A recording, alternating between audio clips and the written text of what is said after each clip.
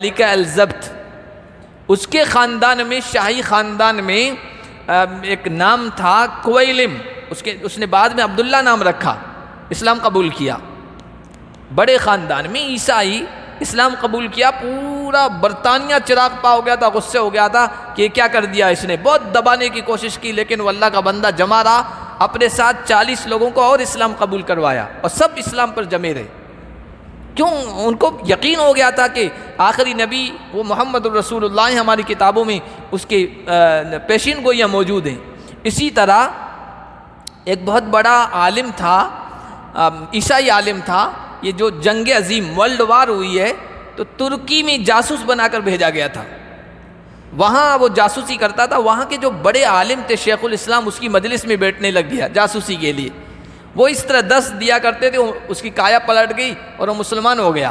مسلمان ہونے کے بعد اس نے قرآن کا انگریزی میں ترجمہ کیا، جو سب سے زیادہ مستند قابل اعتماد انگریزی کا ترجمہ ہے، پکتال کے نام سے مشہور ہے۔ اس کا نام تھا کچھ، وہ میرے ذہن سے نکل گیا، لاسٹ میں پکتال لگتا، پکتال کا ترجمہ آپ کہیں گے تو آپ کے سامنے آ جائے گا۔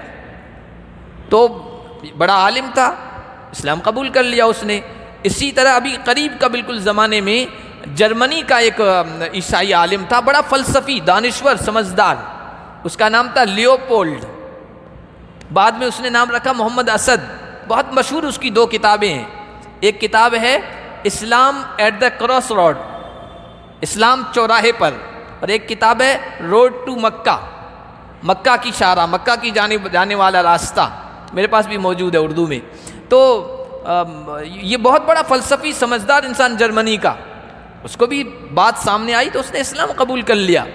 ایک اور یہودی بچی تھی، نوجوان عورت تھی، پڑھی لکھی، بعد اس کا نام تو کیا تھا پتہ نہیں، بعد میں نام اس نے مریم جمیلہ رکھا، مریم جمیلہ، بھی قریب زمانے میں اس کا انتقال ہوا ہے۔ تو ہر زمانے میں پڑھے لکھے لوگ اہل کتاب میں سے ایسے رہے ہیں جن کے سامنے حقانیت آئی، قرآن کی، محمد الرسول اللہ کی صداقت سامنے آئی تو انہوں نے فوراً ایمان قبول کر لیا ہے۔ اور اللہ نے فرمایا ہماری آیتوں کا انکار تو جو ضدی لوگ ہوتے ہیں، سرکش لوگ ہوتے ہیں، وہی کرتے ہیں، جن کو نہیں ماننا ہے ان کے سامنے 1000 دلائل دے دو، نہیں مانیں گے ان کو۔ 21ویں پارے سے اور سورہ عنکبوت کی آیت نمبر 45 سے کر رہے ہیں۔ 20واں پارہ جہاں ختم ہوا تھا اس میں اخیر میں اللہ تعالیٰ نے یہ بیان فرمایا تھا کہ کائنات کو اللہ تعالیٰ نے جو بنایا ہے وہ بغیر مقصد کے نہیں بنایا ہے، ایک مقصد کے تحت بیان اس کو پیدا کیا ہے۔ اب اس کے بنانے کا مقصد کیا ہے، کیوں بنایا گیا ہے، اور پھر اس میں انسان کو پیدا کیا ہے، انسان کے پیدا کرنے کا کیا مقصد ہے، انسان کو کیا کرنا ہے اور کیا نہیں کرنا ہے، یہ کیسے پتہ چلے گا؟ تو اللہ تعالیٰ نے کہا اس کے لیے قرآن کریم کو پڑھنا پڑے گا، قرآن کریم کا مطالعہ کرنا پڑے گا، قرآن کریم کے اسٹڈی کرنی پڑے گی۔ تو پارہ جو شروع ہو رہا ہے وہ یہیں سے شروع ہو رہا ہے، اتل ما اوحی الیک من الکتاب، اے نبی یہ جو کتاب یعنی قرآن کریم آپ کی طرف وحی کی گئی ہے اس کو پڑھ کے سنائیے۔ قرآن کریم ہر انسان کے لیے بھیجا گیا ہے، صرف مسلمانوں کے لیے نہیں۔ اب تو یہ سمجھا جانے لگا ہے عام طور پر کہ قرآن کریم مسلمانوں کی مقدس کتاب ہے، نہیں، بلکہ قرآن کریم ہر انسان کے لیے مقدس کتاب ہے، ہر انسان کے لیے اس کو بھیجا گیا ہے۔ اس کو پڑھ کے سنانا، اس کے بارے میں کیا ہے، اس میں کیا بیان کیا گیا ہے، اس کو بتلانا یہ نبی کی ذمہ داری تھی، اور ہر مسلمان کی ذمہ داری ہے کہ اس کی تلاوت کر کے اس کو سمجھ کر آگے پہنچائے۔ تو قرآن کو جب پڑھیں گے تو کائنات کے پیدا کرنے کا مقصد بھی سامنے آئے گا، اور انسان کو کیا کرنا ہے اور کیا نہیں کرنا ہے وہ بھی سامنے آئے گا۔ وَأَقِمِ الصَّلَاةَ، ایک تو قرآن پڑھیے اور دوسرا نماز کو قائم کیجیے۔ قرآن جن چیزوں کا حکم دیتا ہے کرنے کے لیے، اس لیے کہ کچھ چیزیں کرنے کی ہے، کچھ نہ کرنے کی ہے، تو جو کرنے کی ہے ان میں سب سے اہم نماز پڑھنا ہے۔ اللہ تبارک و تعالیٰ کی محبت لانے والی، اللہ کے نزدیک کرنے والی جتنی بھی عبادتیں ہیں، اللہ کا قرب عطا کرنے والی، ان میں سب سے اہم نماز۔ اس کے علاوہ کسی اور عبادت کے ذریعے سے بندہ اللہ کا قرب حاصل نہیں کر سکتا جتنا نماز کے ذریعے سے حاصل کر سکتا ہے۔ تو کہا نماز قائم کیجئے۔ ان الصلاۃ تنہا عن الفحشاء والمنکر، بے شک نماز روکتی ہے فحشاء سے، بے حیائی کی باتوں سے، اور منکرات سے، ناپسندیدہ کاموں سے۔ فحشاء بے حیائی کے کام، جیسے زناکاری ہے، بدکاری ہے، ہم جنس پرستی ہے، لواطت ہے، ننگا پن ہے، یہ جتنے بھی کام بدکاری کے، اس کے لیے فحشاء کا لفظ ہے، قرآن میں استعمال کیا گیا ہے۔ اور منکر دوسرے گناہ کے کام، بد اخلاقی ہے، بد کرداری ہے، جھوٹ بولنا ہے، دھوکہ دینا ہے، فریب دینا ہے، معاملات میں گڑبڑ کرنا ہے، یہ جتنے بھی دوسرے جو کام ہیں یہ منکرات میں آئیں۔ تو کہا ان دونوں برے کاموں سے نماز روکتی ہے۔ یہ نماز کے اندر اللہ تعالیٰ نے خاص تاثیر رکھی ہے۔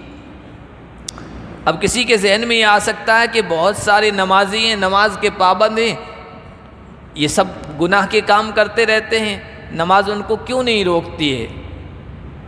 تو اس کی وجہ یہ ہے کہ نماز کے جو فرائض ہیں، نماز کے جو واجبات ہیں، نماز کی جو سنتیں ہیں، مستحبات ہیں، آداب ہیں، جن کا خیال کر کے نماز ادا کرنا چاہیے، نماز کے جو حقوق ہیں، جن حقوق کی پابندی کرنی چاہیے، ان میں کہیں نہ کہیں کوتاہی ہو رہی ہوتی ہے، جس کی وجہ سے نماز میں یہ تاثیر نہیں پیدا ہو پاتی ہے۔ جیسے دوائی ہوتی ہے، مریض ہے، بیمار انسان ہے، اس کو ڈاکٹر دوائی لکھ کے دیتا ہے، کوئی سیرپ لکھ کے دیتا ہے، کوئی ٹیبلٹ لکھ کے دیتا ہے، اور کہتا ہے اس کو اس طریقے سے لینا ہے۔ اب مریض اور بیمار ڈاکٹر اور طبیب اور حکیم کی ہدایت کے مطابق اس دوا کو نہیں لیتا ہے، من مرضی سے لیتا ہے، تو وہ دوا اپنا اثر کھو دیتی ہے۔ اب وہ ٹھیک نہیں ہو رہا ہے تو اس میں دوائی کا کوئی نقص نہیں ہے، دوائی میں کوئی کمی نہیں ہے، بلکہ خود مریض کے لینے میں کوئی کمی ہے۔ اسی طرح نماز کا معاملہ ہے، نماز کو اس طریقے سے پڑھیں جس طرح نبی علیہ الصلاۃ والسلام نے بتایا ہے، تو نماز میں یہ تاثیر اللہ نے رکھی ہے کہ بے حیائی اور برائی کے کاموں سے وہ بچاتے۔ اور شاہ عبد القادر رحمۃ اللہ علیہ نے کہا کہ نماز کا یہ فائدہ کیا کم ہے کہ آدمی جب نماز پڑھنے آتا ہے تو نماز سے پہلے بھی کچھ ٹائم نماز کے لیے فارغ کرتا ہے، نماز کے بعد بھی کچھ ٹائم نماز کے لیے فارغ کرتا ہے، تو کم از کم اتنی دیر تو وہ ان تمام کاموں سے رکا رہتا ہے، ان برائی کے کاموں سے وہ رکا رہتا ہے۔ یہ بھی ایک نماز کا فائدہ ہے۔ تو ان الصلاۃ تنہا عن الفحشاء والمنکر وَلَذِكْرُ اللَّهِ اکبر، اللہ کا ذکر بہت بڑی چیز ہے۔ ذکر کہتے ہیں اللہ کی یاد کو، اور نماز ہے ہی اللہ کی یاد کے لیے۔ دنیا کے اندر اللہ نے یہ تاثیر رکھی ہے کہ دنیا کی رنگ رلیوں میں انسان مبتلا ہو جاتا ہے، دنیا کی بھول بھلیوں میں لگ جاتا ہے، اور ذرا سی دیر میں وہ اللہ سے غافل ہو جاتا ہے۔ دنیا کے اندر یہ اثر ہے۔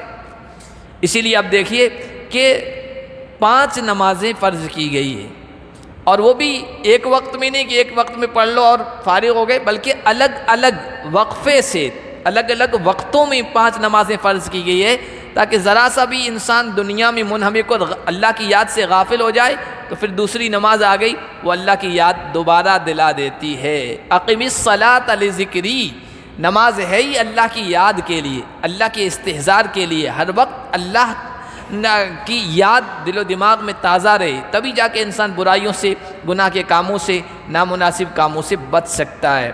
دوسرا مطلب یہ بھی لیا گیا وَلَذِكْرُ اللَّهِ اکبر، اور اللہ کا یاد کرنا تو اور بھی زیادہ اہم چیز ہے۔ نمازی نماز پڑھتا ہے اللہ کو یاد کرنے کے لیے، اور جب بندہ یہ کرتا ہے تو اللہ بھی اسے یاد کرتا ہے، جیسے کہ حدیث میں آیا بندہ میرا ذکر تنہائی میں کرتا ہے تو میں اس کا ذکر تنہائی میں کرتا ہوں، بندہ میرا ذکر مجمع میں کرتا ہے تو اس سے بہتر مجمع میں اس کا تذکرہ کرتا ہوں، یعنی فرشتوں میں۔ یہ اللہ کا یاد کرنا ہے نمازی کو۔ نمازی کے لیے یہ کتنے اعزاز کی، کتنے شرف کی، کتنی سعادت کی بات ہے کہ اللہ اسے یاد کر رہا ہوتا ہے۔ نمازی بھی اللہ کو یاد کر رہا ہے اور اللہ بھی اسے یاد کر رہا ہے، اس کا تذکرہ کر رہا ہے۔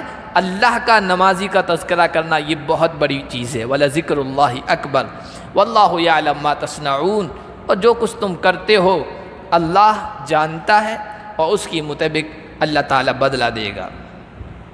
وَلَا تُجَادِلُوا أَهْلَ الْكِتَابِ إِلَّا بِالَّتِي هِيَ أَحْسَنُ، قرآن مجید کو پڑھنا ہے، قرآن کے پیغام کو آگے پہنچانا ہے۔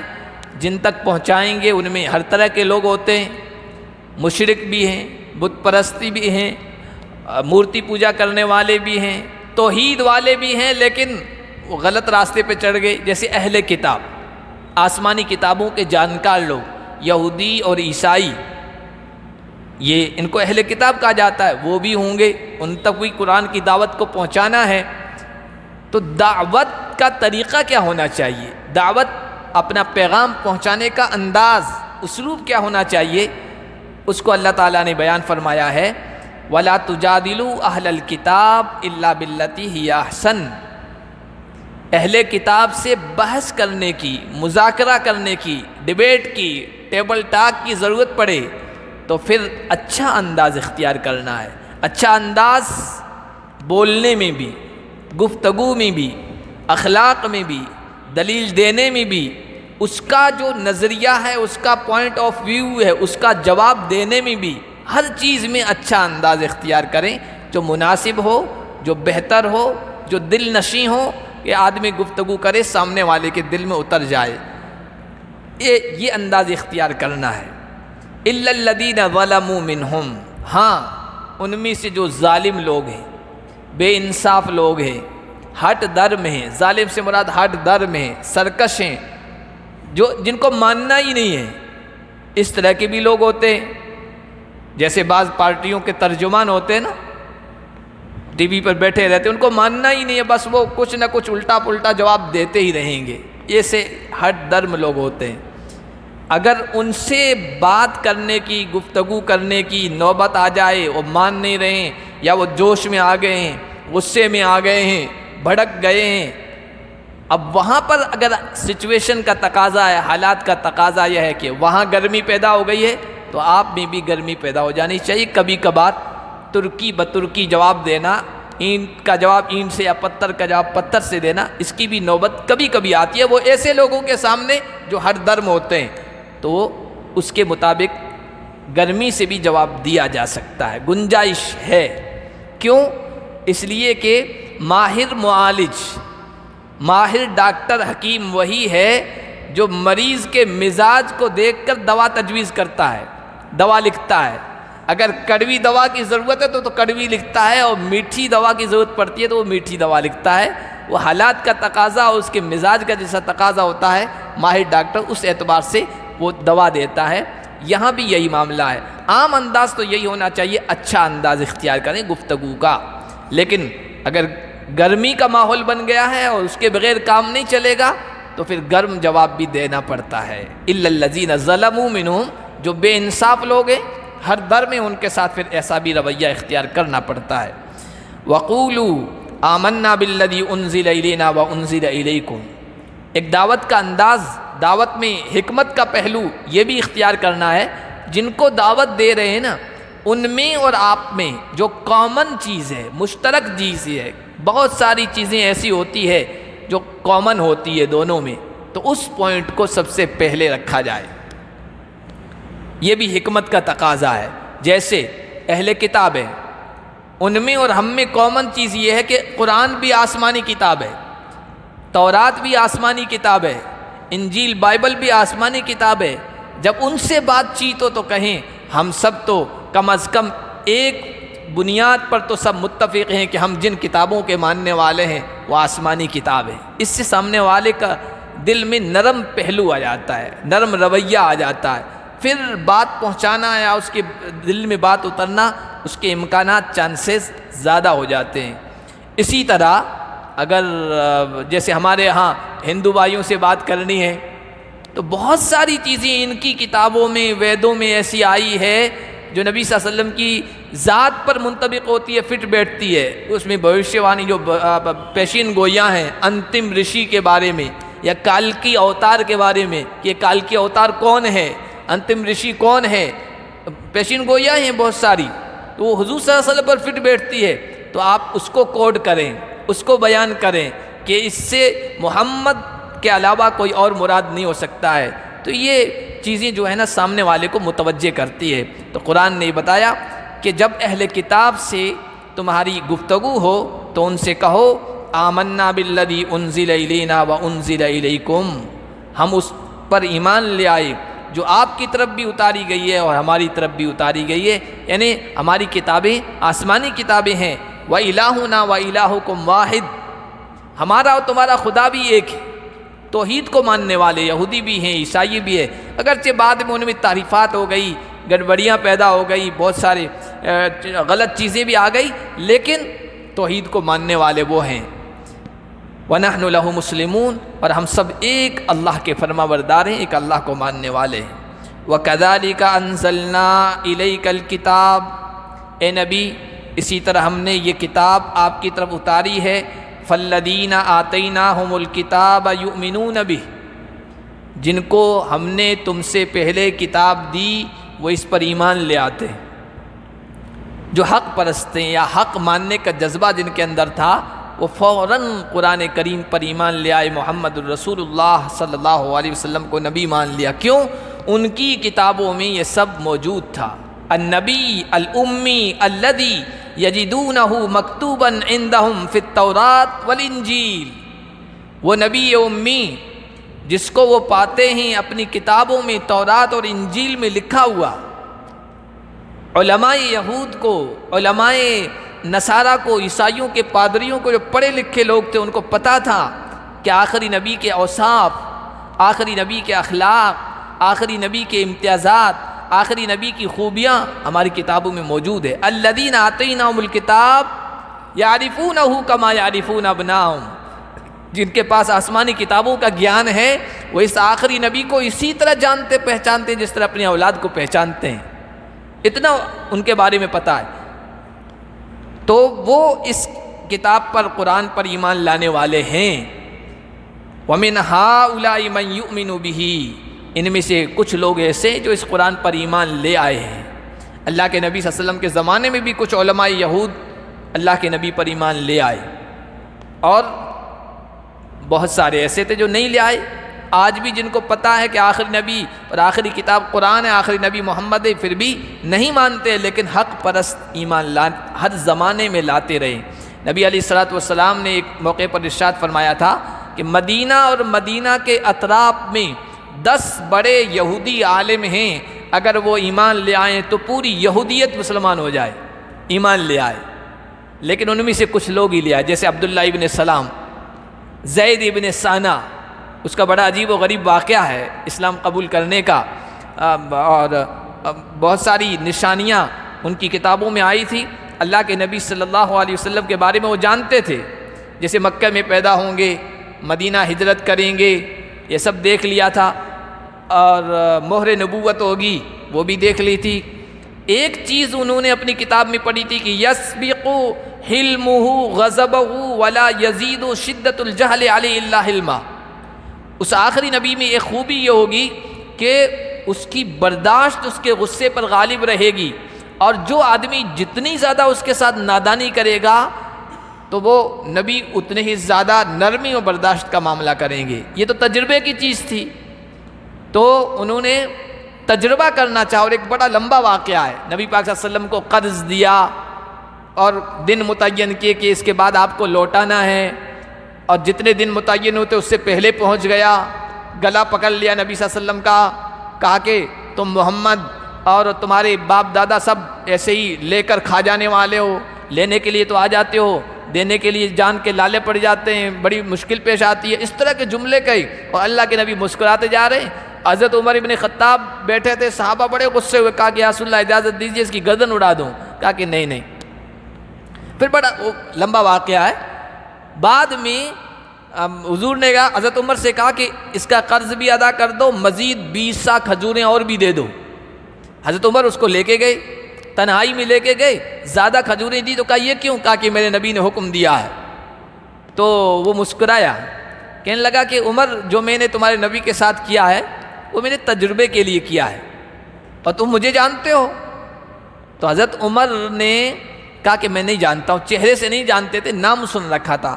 تو اس نے کہا کہ میں زید ابن ثانہ ہوں۔ تو کہا کون زید ابن ثانہ؟ یہودیوں کا بڑا عالم؟ کہا ہاں وہی ہوں میں۔ تو کہا اللہ کے بندے، تو پڑھا لکھا انسان ہے اور تو نے اس طرح گستاخی کی نبی کے ساتھ؟ کہا کہ اصل میں ایک چیز میں نے اپنی کتابوں میں تمہارے نبی کے بارے میں پڑھ رکھی تھی، وہ تجربے کی تھی، جب تک تجربہ نہیں کریں گے تب تک وہ پرکھ نہیں پائیں گے۔ وہ یہ تھی کہ اس نبی کے ساتھ یہ معاملہ ہوگا کہ کوئی اس کے ساتھ بدتمیزی کرے گا، جتنی زیادہ بدتمیزی کرے گا وہ سامنے سے اتنی زیادہ نرمی دکھائیں گے، برداشت کا معاملہ کریں گے۔ یہ میں دیکھنا چاہتا تھا اور اب میں نے دیکھ لیا، اب میں مسلمان ہوتا ہوں۔ چند یہودی علماء تھے جو مسلمان ہوئے، باقی اکثریت نہیں ایمان لے آئی، لیکن اللہ تعالیٰ جن کو توفیق دیتا ہر زمانے میں اس طرح ہوتے رہے ہیں ایمان لانے والے بڑے بڑے یہودی عالم۔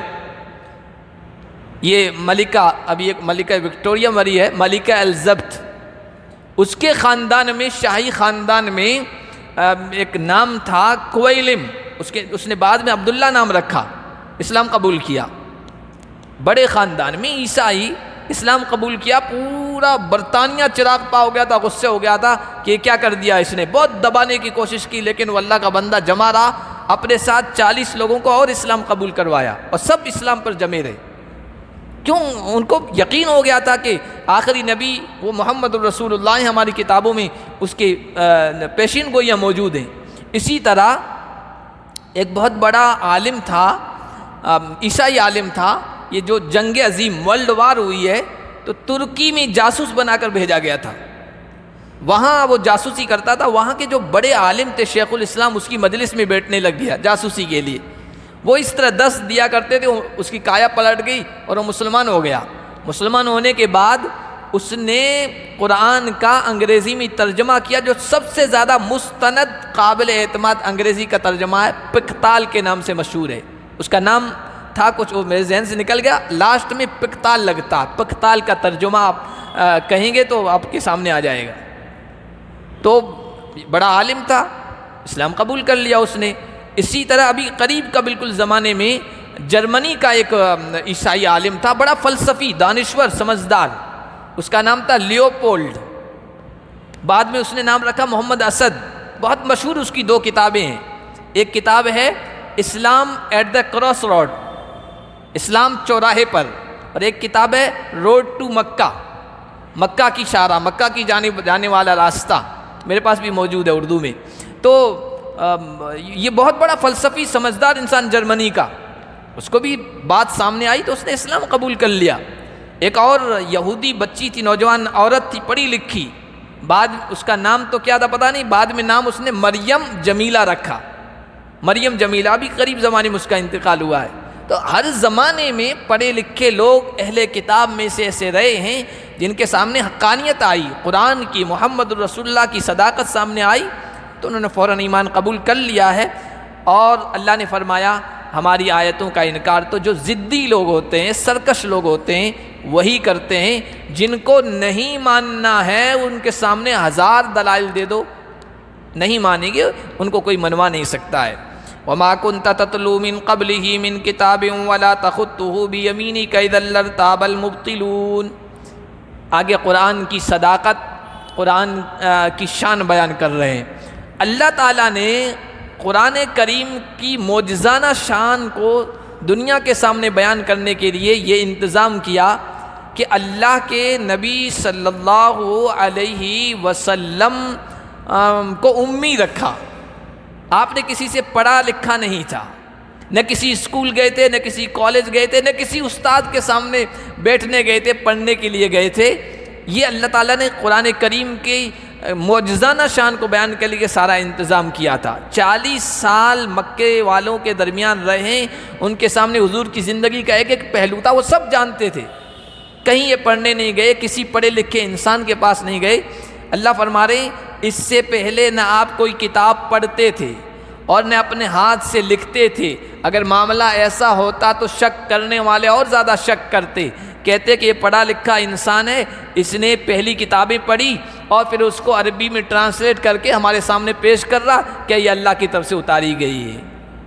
یا کسی استاد سے فلاں عیسائی فلاں یہودی کے پاس یہ جاتے رہتے تھے، ان سے ان کا رابطہ تھا اور وہاں سے یہ سب علم حاصل کیا ہے، اور یہ آگے بیان کر رہے ہیں اور دعویٰ کر رہے ہیں کہ میں اللہ کا نبی ہوں، اللہ کی طرف سے مجھ پر وہی آتی ہے۔ شک کرنے والے اور زیادہ شک کرتے، لیکن اللہ نے انتظام ایسا کیا، امی تھے، لکھنا نہیں جانتے تھے اور لکھی ہوئی چیز کو پڑھنا نہیں جانتے تھے۔